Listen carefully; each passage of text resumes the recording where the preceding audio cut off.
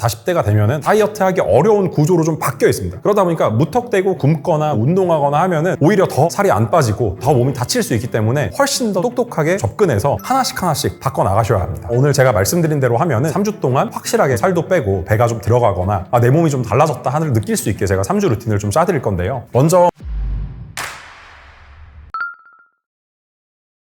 40대가 되면은 체내에서 인슐린에 대한 민감도가 굉장히 떨어지게 됩니다. 한마디로 똑같이 혈당이 올랐을 때 이만큼의 인슐린이 나왔다고 하면은 이거에 반응을 하지 않고 더 많은 인슐린이 나와야 되는 거예요. 우리 몸이 더 지방 저장 모드로 가기 쉬워졌다. 두 번째는 기초대사량이 떨어지고 근육량이 줄어들면서 중요한 거는 활동하고 싶은 마음. 그러니까 한마디로 활력이 없어 실제로 활동량 자체가 줄어들고요. 그리고 미토콘드리아도 당이라든지 지방을 가지고 오면 그걸로 에너지를 내는 건데 효율 자체가 떨어지다 보니까는 몸에서 자동적으로 지방을 분해하는 모드보다는 지방 저장 모드로 되다 보니까 단순히 의지가 문제다가 아니라 실제로 우리 몸의 호르몬과 장내 환경과 미토콘드리아와 이런 모든 것들이 다이어트하기 어려운 구조로 좀 바뀌어 있습니다. 그러다 보니까 무턱대고 굶거나 운동하거나 하면은 오히려 더 살이 안 빠지고 더 몸이 다칠 수 있기 때문에 훨씬 더 똑똑하게 접근해서 하나씩 바꿔 나가셔야 합니다. 세 가지 종류를 좀 말씀드리고 싶은데 첫 번째는 오시는 분들 중에서 대부분이 병원에서 진단을 받고 오시는 분들이 많으세요. 공복 혈당 수치가 높다든지 콜레스테롤 수치가 높다든지 이런 식의 진단을 받고 오시면은 당연히 다이어트를 하셔야죠, 이분들은. 두 번째로 제가 말씀드리고 싶은 건 거기까지 가기 전에 먼저 몸에서 신호를 주거든요. 밥 먹고 나서 졸린 게 옛날보다 훨씬 심해지면은 증상이 좀 가고 있는 겁니다. 그다음 마지막으로 하나가 아침에 일어났을 때 개운하지 않은 겁니다. 정상적으로 하면 개운하게 일어나야 되고요. 하루 종일 활력 있게 살아야 되는데 옛날과 다르게 아침에 일어났을 때 개운하지 않고 하루 종일 몸이 좀 찌뿌둥하고 하루 종일 활력이 전혀 없으면은 몸을 회복하면서 다이어트를 해야 되는 단계다. 이렇게 좀 생각을 하시면 좋습니다.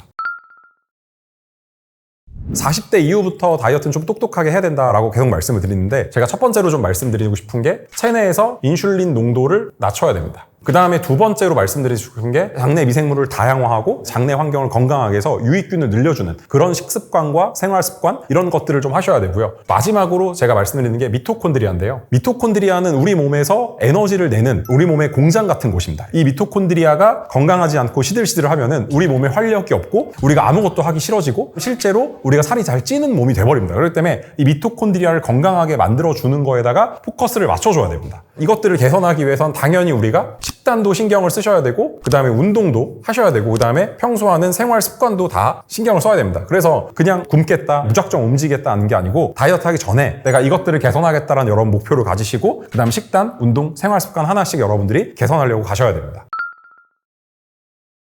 오늘 제가 말씀드린 대로 하면은 여러분 3주 동안 확실하게 살도 빼고 배가 좀 들어가거나 내 몸이 좀 달라졌다 하는 걸 느낄 수 있게 제가 3주 루틴을 좀 짜드릴 건데요. 먼저 식단부터 제가 좀 말씀을 드릴게요. 식단은 우리가 흔히 알고 있는 탄수화물, 단백질, 지방 이렇게 있습니다. 그래서 탄수화물을 먼저 구성해야 되는데 이 탄수화물 같은 경우가 에너지원이기 때문에 절대로 빼시면 안 됩니다. 탄수화물을 꼭 드셔야 되는데 탄수화물을 어떤 걸로 드셔야 되냐? 첫 번째로 가장 중요한 게 채소입니다. 채소는 여러분들이 한 끼에 드실 수 있을 만큼 풍성하게 드셔도 돼요. 그래서 우리가 알고 있는 볶아 먹을 수 있는 채소들이 있고 쌈 싸서 먹을 수 있는 쌈채소가 있어요. 그래서 쌈채소를 좋아하시는 분들은 쌈채소를 드시고 생으로 샐러드를 좋아하시는 분들은 이 채소는 샐러드로 드시거나 볶아 드시거나 삶아 드시거나 쪄 드시거나 쌈으로 드실 수 있게 여러분의 입맛에 맞게 나 다 좋아한다 그러면 다 골고루 드시면 됩니다. 그래서 제가 식단할 때 제일 포인트로 잡는 게 지속 가능이에요. 운동도 마찬가지인데요. 재미없는 운동 못해요, 올해. 그리고 여러분들이 좋아하는 그 음식이 100점이라고 하면은 70점, 80점밖에 안 될 수도 있고 50점밖에 안 될 수도 있지만 그래도 식단 내에서 여러분들이 지속 가능하고 맛있게 먹을 수 있는 것들로 구성을 해야 되는데 그중에 첫 번째가 여러분 좋아하는 채소들이 있을 거예요. 그것들로 구성하셔서 요리를 해 드셔야 된다. 두 번째로 말씀드리고 싶은 게 통곡물입니다. 통곡물 종류는 우리가 알고 있는 것처럼 귀리가 있을 수도 있고요. 보리가 있을 수도 있고 파로도 있고요. 카뮤트 이런 것도 있습니다. 우리가 잘 알고 있는 현미도 있고요. 제가 말씀드리고 싶은 게 이 통곡물은 두 가지 방법이 있어요.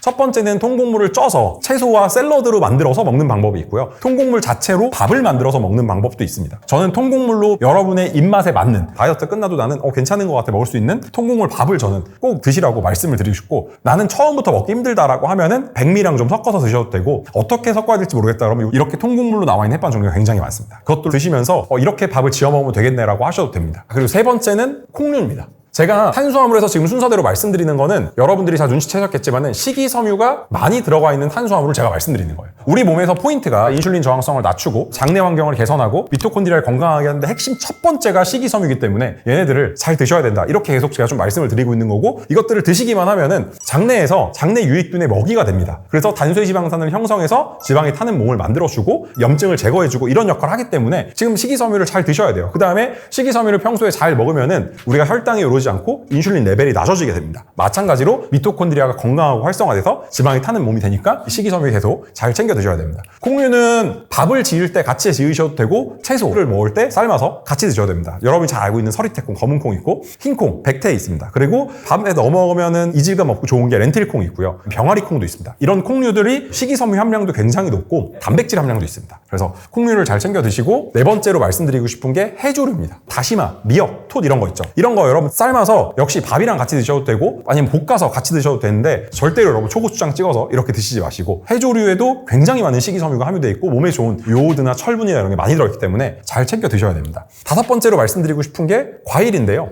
과일은 몸에 맞는 과일이라고 해서 마음껏 드시면 안 됩니다. 요거는 양 조절이 약간 필요합니다. 그러면 우리 다이어트에 좋은 과일은 어떤 거냐? 제가 세 가지를 말씀드려요. 첫 번째는 신과일이 좋습니다. 두 번째는 껍질째 먹을 수 있는 과일이 좋고요. 세 번째는 수분감이 많으면 좋습니다. 그 중에 대표적인 게 블루베리. 약간 시죠? 껍질째 먹을 수 있죠? 수분감 많죠. 그래서 제가 사과 좋다고 말씀드리는 게, 사과가 적당한 수분감, 적당히 신과일, 그 다음에 껍질째 먹을 수 있는 거. 요런 것들을 잘 드시면 됩니다. 그러면은 이걸로 여러분들이 탄수화물과 식이섬유를 잘 구성해서 드시면 되는데, 제가 탄수화물 잠깐만 설명을 드리면은 탄수화물이라고 하면은 절반이 당이고요, 절반이 식이섬유예요. 그렇기 때문에 우리가 알고 있는 밀가루를 먹거나 설탕을 먹거나 백미를 먹으면 당만 먹는 거예요. 그래서 꼭 탄수화물 드실 때는 식이섬유가 같이 포함되어 있는 거를 탄수화물 먹는 게 포인트다. 다이어트 할 때도 그렇고, 이 다이어트 끝나서 건강을 유지할 때도 마찬가지입니다. 의도적으로라도 여러분 식이섬유를 챙겨 드셔야 됩니다. 자, 그리고 두 번째로 말씀드리고 싶은 게 단백질인데, 단백질은 제가 여기다가 설명을 해드리겠습니다. 단백질은 우리가 알고 있는 육류가 있죠. 그 다음에 계란이 있습니다. 생선류가 있고요. 해산물이 있고, 식물성 단백질, 콩류하고 두부도 있는데요. 생각보다 견과류에도 단백질이 많이 들어있고요. 통곡물에도 단백질이 상당히 많이 들어있습니다. 육류는 우리가 잘 알고 있는 소고기, 돼지고기, 닭고기, 오리고기 이런 것들 있잖아요. 가공되지 않고 냉동으로 돼 있는 거든 생으로든 구매하셔서 드시면 되고, 여러분들이 직접 조리해서 채소에다가 넣어서 샐러드로 드셔도 되고, 통곡물 밥에다가 반찬으로 드셔도 됩니다. 마찬가지로 계란도 여러분들이 그렇게 드셔도 돼요. 생선도 잘 드시면 되는데, 생선 중에서는 특히 고등어나 연어 같은 데는 오메가3가 굉장히 많아요. 드시면 좋고요. 그 다음에 해산물, 조개 종류도 있고, 그 다음에 오징어, 문어, 낙지 같은 것도 있고, 새우도 있고, 그런 것들도 다 단백질이 많기 때문에 드시면 되고, 식물성 단백질, 콩은 식이섬유도 많고, 그 다음에 단백질도 많기 때문에 콩, 두부, 그 다음에 견과류. 견과류에는 식이섬유, 좋은 지방, 좋은 단백질 이런 거 많이 들어있죠. 그래서 여러분들이 골고루 단백질을 잘 챙겨 드시면 됩니다. 마지막으로 지방을 좀 말씀드리고 식단을 좀 자세하게 좀 구성을 해드리고 싶은데, 지방에서 중요한 거는 오메가3를 드셔야 됩니다. 그래서 오메가3가 많은 거, 고등어, 연어 제가 말씀드렸고, 들기름에 있습니다. 근데 들기름을 고온에서 압착한 거는 굉장히 몸에 안 좋습니다. 그래서 들기름이나 참기름 같은 거 드실 때 냉압착이나 저온 압착한 거 드셔야 되고, 지방에서 단일 불포화 지방이라고 하죠. 올리브 오일, 아보카도 오일,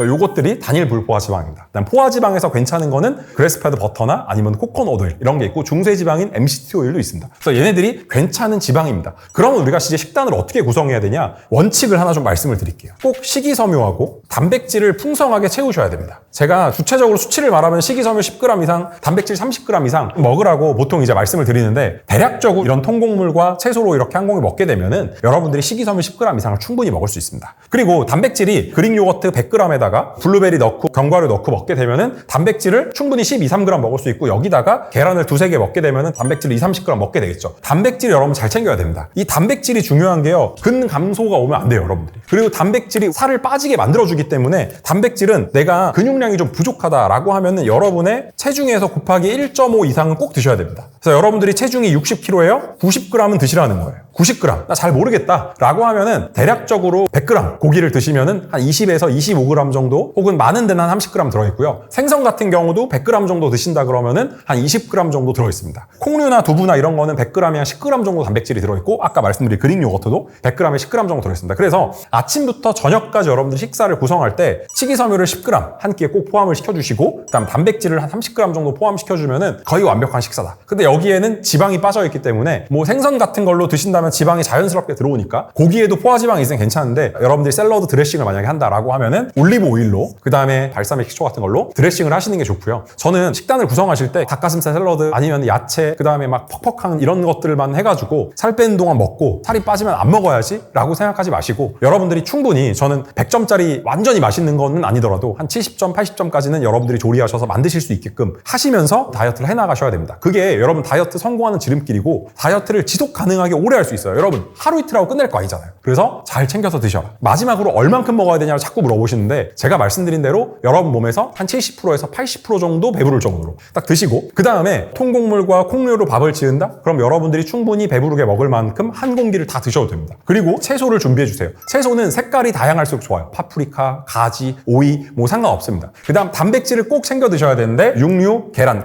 같은 경우에 올리브 오일이나 아보카도 오일로 스크램블 하셔도 되고 계란 후라이를 하셔도 되고 그렇게 드시거나 생선을 구워서 넣으셔도 되고 고기를 구워 넣으셔도 되고 나머지를 조리해서 넣으셔도 됩니다. 근데 제가 말씀드린 건 조리할 때 소금이나 후추만 사용하시고 다른 것들은 일단 사용하지 마세요. 가능하면. 그럼 제가 추천하는 아침 식사를 제가 좀 먼저 말씀드리고 점심하고 저녁으로 좀 넘어갈 건데 아침 식사는 제가 여기서 말씀 안 드린 게 하나가 있어요. 뭐냐면은 요거트예요. 그리고 이 요거트를 한 번 더 걸은 게 그릭 요거트예요. 일반 요거트나 그릭 요거트가 좋은 이유가 뭐냐면요. 여기는 발효를 시켰잖아요. 발효를 시키다 보니까 유산균이 굉장히 많이 들어있어요. 여기에는 단백질도 한 100g 드시면 10g 정도 들어있습니다. 그래서 그릭 요거트를 드시는데 이 그릭 요거트를 블루베리나 이런 걸 넣으시고 그 다음에 견과류, 마카다미아라든지 아몬드 같은 거 같이 넣으셔서 그릭 요거트를 드시고 이것만 먹으면 우리가 단백질이 부족해요. 그래서 아침 드실 때는 단백질을 꼭 챙겨주셔야 되는데 아침부터 고기를 먹기가 좀 그렇잖아요. 그러면은 계란, 삶은 계란을 드셔도 되고 스크램블 하셔서 계란을 드셔도 됩니다. 내가 3시간, 4시간 지나니까는 배고파졌어요. 한 20-30점 정도 돼요. 내가 배부른 정도가. 그러면은 원래 아침에서 점심 되고 점심에서 저녁이 돼야 되는데 내가 몸이 아직 정상이 아닌 거잖아요. 그리고 이 배고픈 거를 참을 수 있으면은 점심 때까지 저녁 때까지 참으시면 됩니다. 근데 못 참겠어. 그러면은 여러분의 식욕이 날뛰어서 만약에 내가 이러다 다른 거를 먹을 것 같아. 차라리 여러분 여기서 간식을 챙겨 드시는 게 좋아요.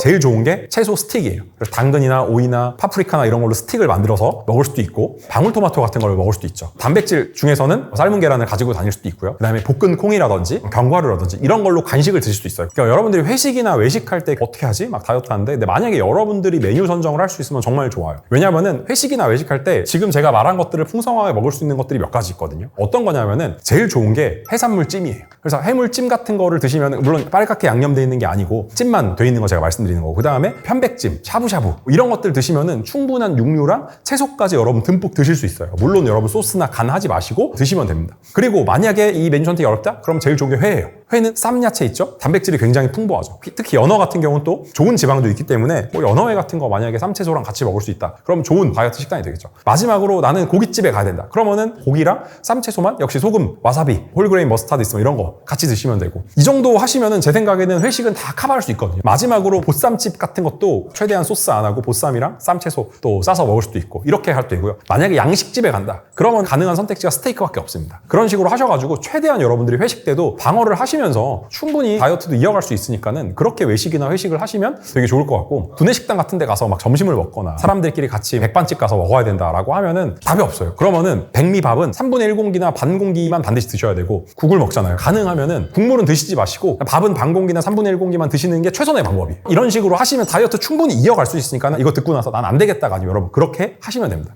만약에 여러분들이 좀 용기가 있어서 콩국물이랑 콩 들어가 있는 햇반 들고 와서 나는 백반집에서 이거 돌려달라고 할 수 있다 그러면은 요거 돌려가셔서 거기 있는 찌개든 생선이든 앞에 있는 나물이랑 밥만 요거 챙겨가셔도 80%는 성공한 거예요. 이미 할 수 있습니다. 술을 드시면서 다이어트를 하기가 정말 어려워요. 그렇기 때문에 술을 드신다고 하면 어떤 술이든 간에 최소한으로 드시는 게 가장 좋아요. 어떤 술을 선택하냐, 이게 좋냐 사실 중요하지 않고 술을 드시게 되면은 몸 자체가 지방 저장 모드로 딱 세팅이 돼요. 그리고 간부터 망가지기 시작합니다. 그렇기 때문에 최대한 피하셔야 됩니다. 그리고 술을 같이 드실 때 제가 지금 말씀드린 거 과일이라든지 채소라든지 고기라든지 해산물이라든지 이런 것들이랑 같이 드시는 게 베스트다. 그래도 다이어트에 직접적으로 효과가 있다고 나와 있는 영양제는 굉장히 많아요. 제가 좀 추천드리고 싶은 영양제는 아침에 햇빛을 보는 걸 굉장히 많이 이야기를 해요. 햇빛을 보게 되면 우리가 세로토닌이라는 걸 합성하고 밤에 멜라토닌으로 변형이 돼요. 그렇다고 하면은 영양제로 우리가 도움을 받을 수 있는 거는 제가 말한 비타민 D예요. 또 햇빛을 봐야 비타민 D가 합성되는데 햇빛을 못 보신다 그러면은 비타민 D 영양제는 반드시 챙겨 드셔라. 두 번째로 말씀드리고 싶은 게 오메가3라고 말씀을 드렸는데, 만약에 여러분들이 일주일에 2번 정도 연어나 등푸른 생선을 못 먹는다, 오메가3 영양제는 반드시 챙겨 드셔야 됩니다. 근데 나는 뭐 한 일주일에 2번 정도 냉합착 들기름이나 생선 같은 거를 나는 먹을 수 있다 라고 하면은 굳이 안 드셔도 되고, 내가 아침에 활력이 없어, 이걸 잘하고 있는데 아직까지 내 몸에 활력이 안 생기는 것 같아, 그래서 이런 식단을 이어가고 운동을 이어갈 힘이 없어, 부스팅 하고 싶어 라고 하면은 딱 챙겨 먹는 게 비타민 B. 비타민 B는 B 컴플렉스라 해서 B1, B2, B3 쫙 다 섞여 있는 것들이 있거든요. 요 정도로 제가 일단 추천을 드리고, 여기서 조금 더 추천을 드리면은 장내 환경 우리가 건강하게 해야 되니까는 유산균이라든지 이런 것들 챙겨 드시면 좋고요. 우리가 항산화가 굉장히 중요한데 다이어트 하면서 피부라든지 이런 데 신경 쓸 수밖에 없잖아요. 그래서 내가 피부가 좀 신경 쓰이고 내 몸을 좀 더 건강하게 만들고 싶다, 만성염증이나 이런 걸 제거하는데 좀 도움을 받고 싶다고 하면은 비타민 C 이렇게 챙겨 드시는 게 좋습니다.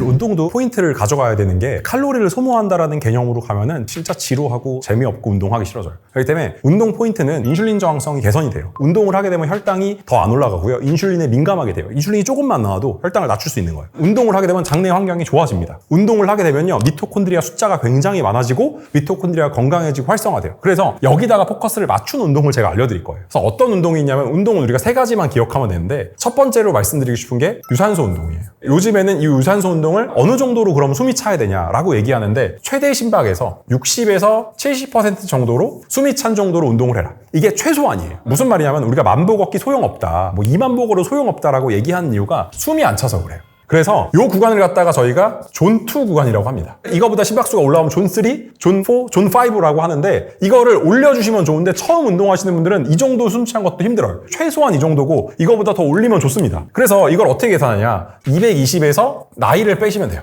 만약 나이가 내가 지금 50이다 그러면은 170이 되겠죠. 170에서 60에서 70% 하면 되는데, 이렇게 저처럼 워치를 차고 있으면은 심박수가 나오니까는 충분히 계산이 되는데, 워치를 못 찬다 그러면은 옆 사람이랑 대화가 좀 힘든 정도. 예를 들어서 여러분이 동네 뛰어요. 동네 뛰는데 사람 만나면 안녕하세요 되는데, 멈춰서 대화하는 건 불가능한 정도로 하고 딱 생각하시면 돼요. 그래서 노래 부르는 건 힘들다, 근데 대화는 살짝살짝만 된다. 그래서 존2 구간, 이 유산소라는 게 사람마다 굉장히 달라요. 어떤 사람은 정말 열심히 뛰어도 여기까지 안 가는 분들도 있어요. 근데 반대로 운동을 처음 시작하는 분들은 조금만 빠르게 걸어도, 심지어 집에서 설거지만 해도 여기까지 가시는 분들도 있거든요. 그렇기 때문에 여러분의 몸 상태에 맞게 하셔야 돼요. 그러니까 유산소라고 해서 다 뛰어야 된다 이게 아니고, 그래서 요즘 유행하는 게 빨리 걷기랑 슬로우 조깅이거든요. 그러니까 빨리 걷기랑 슬로우 조깅이 유행하는 이유가, 처음 운동을 시작하면은 여기까지 가요. 그리고 무턱대고 제가 하지 말아야 되는 운동을 얘기하면은, 유산소 운동한다고 처음부터 뛰는 분들이에요. 참 안타까운 게, 저희 운동센터 오시는 분들 중에서 뛰다가 무릎 나갔어요, 발목 나갔어요, 제가 너무 많이 해요. 그냥 무턱대고 요즘 마라톤 유행하고 런 유행한다니까 같이 그냥 뛴 거예요, 그냥. 근데 아무것도 모르고 준비도 안 된 상태로 무릎이랑 발목이 나가니까, 처음에 저는 빨리 걷기나 슬로우 조깅 같은 걸로 무릎이랑 발목을 충분하게 단련을 하시면서 천천히 속도를 늘리셔라. 그럼 당연히 내가 뛰는 거리도 늘어나겠죠. 그래서 이렇게 하시는 게 유산소에는 가장 좋습니다. 그리고 두 번째로 말씀드리고 싶은 게 하체 근력 운동이에요. 제가 왜 하체라고 했냐면, 플러스 엉덩이랑 허리까지 말씀드릴게요. 사실 나이가 먹으면요, 허리가 안 좋으신 분들이 거의 90%예요, 제가 보니까. 근데 허리가 어디랑 연결되어 있냐면요, 등 근육이랑 연결되어 있고요, 엉덩이 근육이랑 연결되어 있고, 아래 하체 근육이랑 다 연결이 되어 있어요. 그래서 제가 이 하체랑 엉덩이랑 허리가 포인트다, 그래서 스쿼트라든지 런지라든지 이런 걸 배울 수 있다, 그럼 배워서 꼭 하시는 게 좋고, 이 엉덩이 운동 같은 경우는 누워서 엉덩이만 올리는, 우리가 뭐 글루트 브릿지라고도 하고요, 그다음 힙 브릿지라고도 하는데, 뭐 그런 동작들도 있습니다. 그래서 허리랑 엉덩이까지, 그 다음에 허리랑 엉덩이를 도와줄 수 있는 동작들, 집에서 할 수 있는 것들이 굉장히 많거든요. 그래서 그런 운동들로 하시면 되는데, 잘 모르겠다, 나는 처음 시작해야 되는데 뭐부터 해야 될지 모르겠다, 그럼 제가 가장 추천하는 운동은 계단 운동입니다. 계단을요, 한 칸씩만 올라가잖아요. 처음 운동 시작했어요, 3층만 올라가면 여기까지 갑니다. 그리고 5층 올라가면은 존5까지 갑니다. 그렇기 때문에 계단 운동이 가장 좋은 운동이다라고 제가 말씀을 드린 이유가, 가장 단시간 내에 내 심장을 올라가게, 최대 심박수까지 올라가게 되면은 미토콘드리아가 어마어마하게 활성화되고 건강해지고, 새로운 미토콘드리아가 엄청나게 생성됩니다. 그리고 장내 환경에도 좋고 인슐린 저항성에도 엄청 좋아요. 계단 운동은 처음엔 한 칸씩 천천히 올라가세요.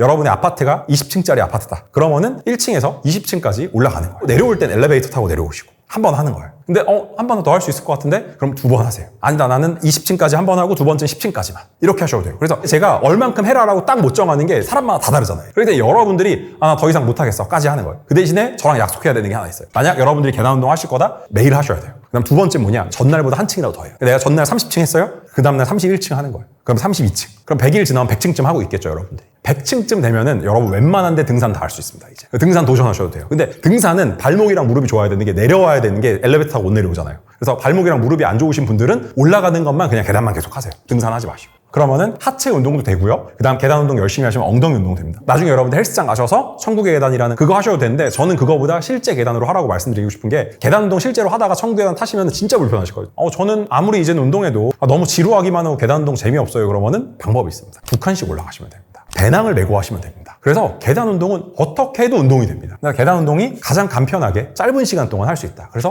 15분 정도 한다고 생각하시면 돼요. 20층 올라가는데 15분 걸렸어. 그럼 그걸로 오늘 끝내는 거예요. 나는 근데 20층 하는데 10분밖에 안 걸렸네? 그럼 한 5분 동안 10층 더 할 수 있죠. 그래서 여러분들이 15분 정도 운동할 수 있는 정도로 하고 시간은 함부로 늘리지 마세요. 속도를 늘리세요. 이것도 마찬가지예요. 유산소도 시간을 늘리지 마시고 속도를 조금씩 늘려보세요. 마찬가지로 계단도 올라가는 속도를 조금씩 늘려보세요. 뛰라는 게 아니고요. 천천히 빨리만 올라가도 엄청나게 여러분 심장과 하체 근육에 자극이 됩니다. 마지막으로 말하고 싶은 게 고강도 운동이에요. 고강도 운동이 우리의 미토콘드리아를 엄청나게 건강하게 하고 양을 늘려준다는 연구 결과가 너무 많기 때문에 꼭 하라고 말씀드리고 싶은데 이게 그냥 칼로리 소모가 아닙니다. 그래서 칼로리 소모 또한 고강도 운동이 끝나고 나서 계속 24시간 동안 지방이 탄다. 지방 연소 모드를 아주 부스팅하는데 엄청난 도움을 주는 게 고강도 운동인데 딴 게 없습니다. 이 고강도 운동은 최대 심박까지 가면 돼요. 최대 심박까지 가려면 계단 운동을 하거나 이 유산소 운동을 조금 빠르게 걷거나 조금 빨리 뛰셔야 되는데 처음부터 하지 마시고 이 유산소 운동이나 하체 근력 운동인 계단 운동이나 이런 것들이 약간 적응이 되시면 계단을 빨리 올라가면 최대 심박까지 갑니다. 그러면 그때 멈추지 마시고 천천히 올라가세요. 그 다음 천천히 올라가면 다시 또 빠르게 하셔서 최대 심박까지 가시고 그래서 이 최대 심박을 한 3번에서 5번 정도까지만 올라가셔도 인터벌이 되니까는 그렇게 운동하시는 게 가장 좋습니다. 처음부터 고강도 운동을 하시면 안 되고 하체 근력 운동이나 이걸 충분히 하시고 나서 그 다음에 고강도 운동을 하시는 게 좋고요. 그리고 고강도 운동이라고 해가지고 무릎이 무조건 안 좋아지는 게 아니고 처음에 고강도 운동을 할 수 있는 게 조금만 빨리 걷거나 살짝만 뛰어도 숨이 끝까지 올라가시는 분들이 있거든요. 그러면 그거는 그분 자체가 고강도 운동, 최대 심박이 올라가는 거기 때문에 본인의 상황에 맞게 고강도 운동이지 운동선수만큼 고강도 하는 게 아니니까는 이 최대 심박까지 올리는 게 우리 건강에 좋다. 그리고 다이어트에도 좋고 나머지 여기에도 다 좋다. 이렇게 좀 생각을 하시는 게 좋아요. 계단을 탔는데 무릎이 안 좋아. 그럼 하시면 안 되죠. 근데 그래도 계단은 무릎에 괜찮으신 분들이 훨씬 많아요. 그러니까 내려가는 건 힘들어도 올라가는 게 괜찮은 분들이 많고 스쿼트보다 계단이 괜찮으신 분들이 더 많아요. 이런 분들은 하셔도 돼요. 근데 내가 계단 올라가는데 무릎이 안 좋아? 그분들은 하시면 안 되죠. 무릎이랑 발목을 최소한으로 쓰면서 할 수 있는 운동이고 이게 옆으로 흔들리지 않기 때문에 바쁘신 분들한테 꼭 추천드리고 싶은 게 바로 이 계단 운동이에요.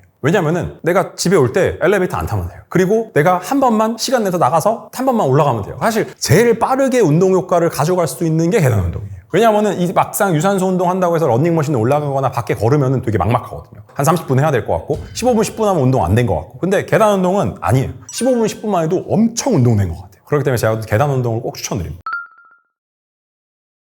사실은 식단이나 운동보다 더 중요한 게 생활습관인데요. 생활습관 중에서 가장 중요한 게 수면입니다. 다이어트 하려면은 스트레스 관리해라 이런 말 되게 많이 들어보셨을 거예요. 스트레스 호르몬인 코르티솔이라는 호르몬이요. 수면을 안 하게 되면 코르티솔 레벨이 굉장히 높아지게 되고 그 높아진 코르티솔 레벨에서 인슐린 호르몬이 엄청나게 나오게 됩니다. 그렇기 때문에 우리가 스트레스 받으면은 살찐다. 그리고 수면을 안 하게 되면은 그 다음날 더 많이 먹게 되는데 우리가 배고픔 호르몬, 배부른 호르몬이 뒤죽박죽 날뛰게 됩니다. 계속 배고픈 상태가 돼서 잠 안 자면은 더 먹게 돼요. 왜냐면 잠을 안 자면 내가 체력이 뭔가 고갈된 것 같고 더 먹어야 살 것 같고 이런 마음이 들거든요. 그래서 수면이 굉장히 중요하고 숙면도 중요합니다. 푹 자야 됩니다. 그래서 7시간에서 8시간 정도는 충분히 주무셔야 되고 잘 자기 위해서 아침에 일어나서 하는 게 좋은데 저는 꼭 햇빛 봐라. 햇빛을 보는 것 자체가 잠을 잘 자게 해줘야 되는데 인슐린 농도도 낮춰주고 그 다음에 스트레스 호르몬도 낮춰줍니다. 그리고 행복 호르몬인 세로토닌이 나오고 또 비타민 D도 합성하기 때문에 햇빛 보는 습관도 가지라고 좀 말씀을 드리고 햇빛을 보면서 걸으면 좋죠. 아침 먹고 걷고 점심 먹고 걷고 아니면 아침에 일어나자마자 바로 햇빛을 보시는 것도 좋습니다. 이때는 이제 선글라스 끼지 마시고 물론 선크림은 다 바르시고 그리고 또 하나 생활 습관이 저는 물입니다. 요즘에 물 2리터 먹지 말아라. 물 자주 먹지 말아라. 체내에 나트륨 농도가 낮아진다. 여러분 제가 지금까지 정말 2만 명 가까이 물 많이 마시겠는데요. 문제 생긴 사람 한 명도 없습니다. 그렇기 때문에 물 많이 드셔야 돼요. 물을 잘 먹으면 잘 먹을수록 무조건 다이어트에 도움되고 여러분 피부에 도움되고 여러분 장내 환경과 여러분 지금 제가 말한 이런 여러 가지 것들에 다 도움되기 때문에 물은 최대한 많이 드셔야 됩니다. 잘 못 드시겠다. 2리터 2리터부터 시작하는 겁니다. 늘릴 수 있다면 남자분들은 3리터 정도까지 늘리셔도 되고, 그리고 여자분들도 내가 60kg, 70kg 나간다 그러면은 2리터보다 조금 더 드셔도 되니까는 어쨌든 물을 여러분들이 잘 챙겨 드셔야 돼요. 그래서 한 번에 많이 드시지 말고 자주 조금씩 나눠서 많이 드시면은 여러분들이 생활 습관까지 다이어트, 건강한 모드로 완벽하게 세팅해서 갈 수 있습니다. 마지막으로 회식이나 외식하기 전에 식이섬유나 단백질이나 지방을 먼저 섭취하고 회식이나 외식 가셔서 어쩔 수 없이 맛있는 걸 먹어야 된다 먹으면은 여러분의 혈당은 안 올릴 수 있습니다. 그래서 여러분들이 꼭 챙기고 다니셔야 되는 게 식이섬유인 채소라든지 토마토라든지 이런 것들 챙기시고, 아니면 단백질 종류인 계란 같은 거 잘 챙기시고, 그다음 지방을 먹겠다 그러면 올리브오일 같은 거 파우치라 이런 된 거 많거든요. 그런 것들 셋 중에 하나만 하셔도 셋 다 하셔도 되고, 하고 그다음 식사하시면은 훨씬 더 혈당이 덜 오르게 됩니다. 마찬가지로 사과 식초 같은 거 아니면 레몬수 같은 걸 드시는 것도 있고, 그런 방법도 여러분 혈당 낮추는 데 도움이 되니까는 여러분들이 충분히 이런 것들을 생활 습관을 여러분 몸에다가 녹이셔서 다이어트, 건강 잘 챙기시면 좋을 것 같습니다.